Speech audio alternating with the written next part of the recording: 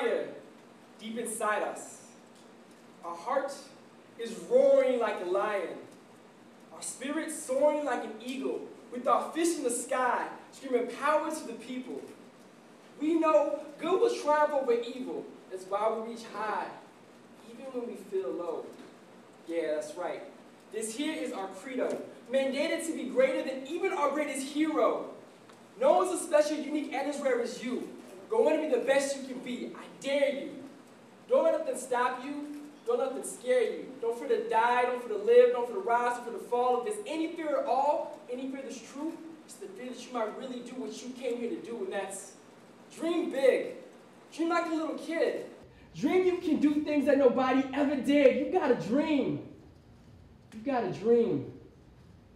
They think I'm sleeping, but I'm scheming like I'm a genius, seeking lifetime less achievements. Deep sea diving, mountain climbing, flying higher, skyward wingless, unifying dreams to real life till it feels like they're seamless. It seems as if we've been jaded and deceived with trading purpose and meaning with comfort and convenience. But for what it's worth, I'm searching for creative freedom to make something out of nothing, something we can make believe in. Because I know it takes a childlike faith to birth and raise a dream when the haters always try to change your angels into demons. So don't choke down the hopeful passion that you have inside. Don't try to tame the fire as if its flame has died. No, dream wild and awake with your bright eyes open wide. For life is but a dream only if you dream alive. We gotta dream big. Dream like a little kid. Dream you can do things that nobody ever did. You gotta dream. You gotta dream. We the dreamers, in order to form a more perfect universe, promise to dream big.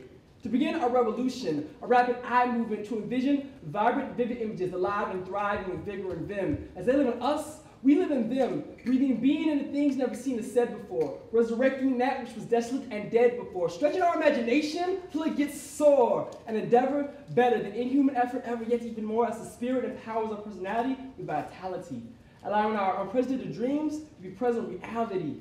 Then the truth will be unquestionable. The impossible be inevitable. The infallible with actual one hands can hold the untouchable and intangible. No matter how crazy it seems, we will dream dangerous dreams. Strong, mighty, and free, boldly and bravely, gravity-defying dreams, giant dreams, not fast asleep, but faster than engine catch could ever capture our dreams. Surpassing that which ears and heard and eyes have seen, we will dream triumph out of tragedy. We will dream miraculously. We will dream a masterpiece. We will dream everlastingly. Yes, you and I together will dream. We will dream. We will dream big. Thank you.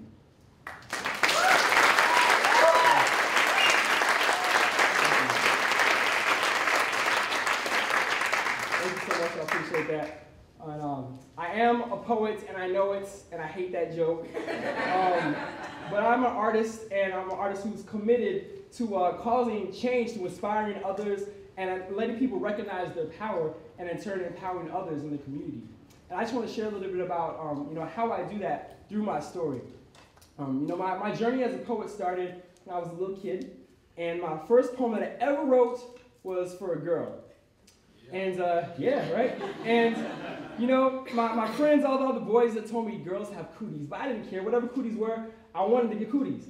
So I can remember writing the cutest girl in the first grade, my schoolyard crush, a poem, and getting a kiss behind the swing set. So at an early age, I learned the power of poetry. Yes. But a little later in elementary school, I started having some struggles. I got really sick, and I was hospitalized. And during this time, poetry became therapeutic. It was my outlet to express, the agonizing pain that I was feeling emotionally and physically. And, this was really a private journey for me. It was really kept to myself until I had influential teachers and mentors in my life who encouraged me to share those stories and share those writings and those poems. And I was hesitant at first. I was like, I don't really want to share this. I'm nervous. What are people going to think? But once I realized that it wasn't nearly as scary or as bad as I thought, I began sharing, then it was really cool. People came up to me and they said they could identify and relate and empathize with what I was sharing. And together, through our shared vulnerability, we were empowered. That was the coolest thing to me. So, taking this single story to the shared story throughout high school and college, my friends and I began to create spaces where others could also, share artistically and explore that whole transformative power of art. So we did music festivals, started art venues, poetry slams, open mics, at local venues, wherever churches, schools, anywhere anybody would kick us out. We just started and had a good time and just expressed ourselves. And it's important to know that, what we were doing, it wasn't anything new. There's a long-standing history of the transformative power of art through the individual and through communal connections. Art is probably one of the most transformative things that we have because it has this beauty about it where it can just break down these barriers, whether it's race, class, gender, all these divisive barriers that we construct. Art has a way of allowing us to just let down our guards and to engage in its truth and its beauty. And so that's why I'm really drawn to art, and that's why, my friends, we formed these collectives where we could share our hopes and our dreams and walk alongside others and realizing how deeply connected we were to pursue those hopes and dreams together. So that's just a really beautiful thing about art. And I just wanted to explore a way to communicate this to other people so that they too could recognize this power and say, I can be an artist too. Because everybody in here is an artist. I don't care what you think, because you all create something, you all make something. Even if you think back and look at like the ancient Egyptians creating pyramids, or whether it's a mural on the Sistine Chapel, or whether you make a sandwich out of lasagna and call it a la sandwich, or whatever you create. Hey, don't hate it, it's delicious. Okay? So whatever it is that you create, that's a creativity. Humans are creative beings. And as a creative being, I wanted to find the language to express this. So I began to develop a concept that I call art versus robots. Now, if I had all the power in the world, what I would do, this would be the part where, like, in big silver letters, art versus robots would be on the screen, and you would hear like Morgan Freeman narrating the rest of this speech, and like there'd be like a Michael Bay explosion and some breakdancing babies.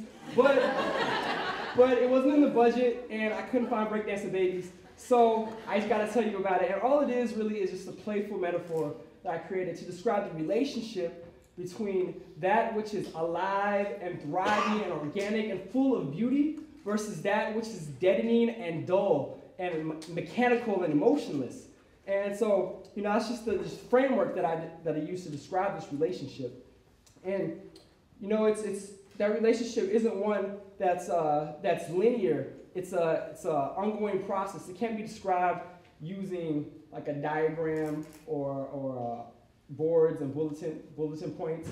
It just has to be lived. It's more all based on a relationship. And so I took this framework that I had, and I carried that with me throughout my life, particularly after college. I spent some time in New York. I spent a summer with several like-minded artists in Tribeca, New York, through a nonprofit called Transform. And it was an awesome experience. Every day, we just collaborated together in this old garage that we turned into our art studio.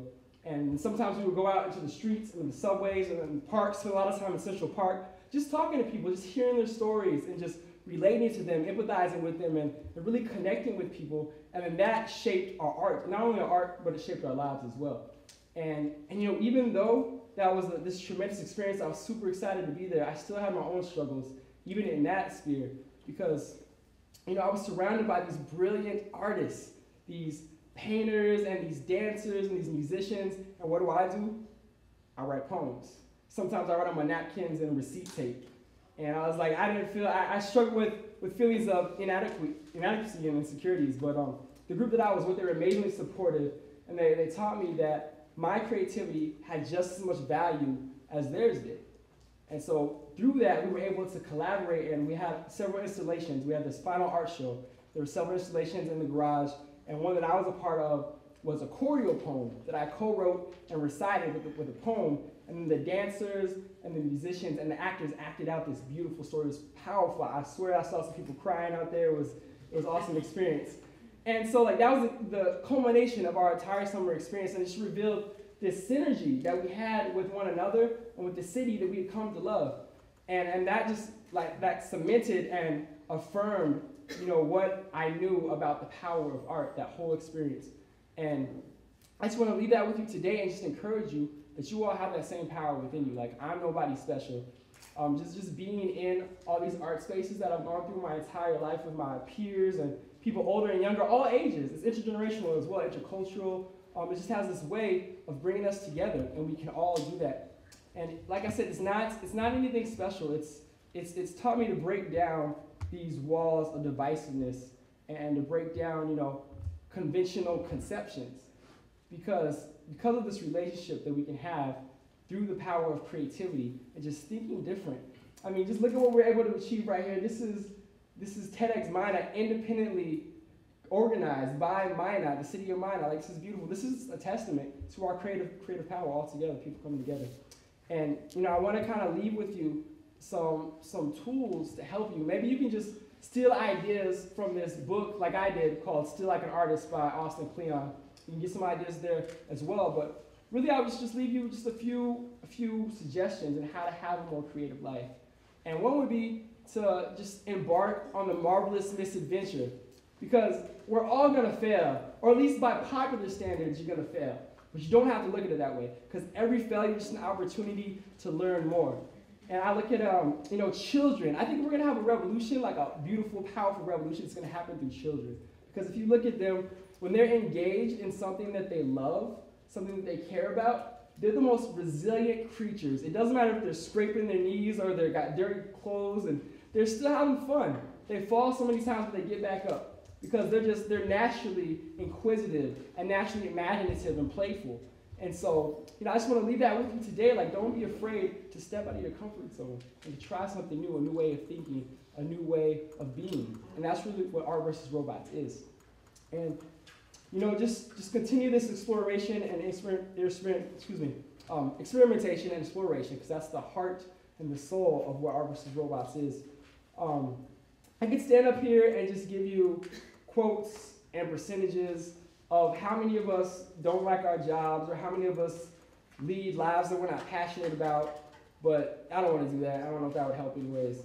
That's not what it's about. It's about, you know, just answering a question that I ask myself as well. In this world of art versus robots, am I art or am I a robot? And I hope that every day I can create something new, create something beautiful. And if I was able to create one thing with you, I would hope that we could create compassion, because when your passion connects with my passion, that's compassion. I don't think there's anything more beautiful than that in the world, compassion. So just ask yourself, am I art or am I a robot? Thank you.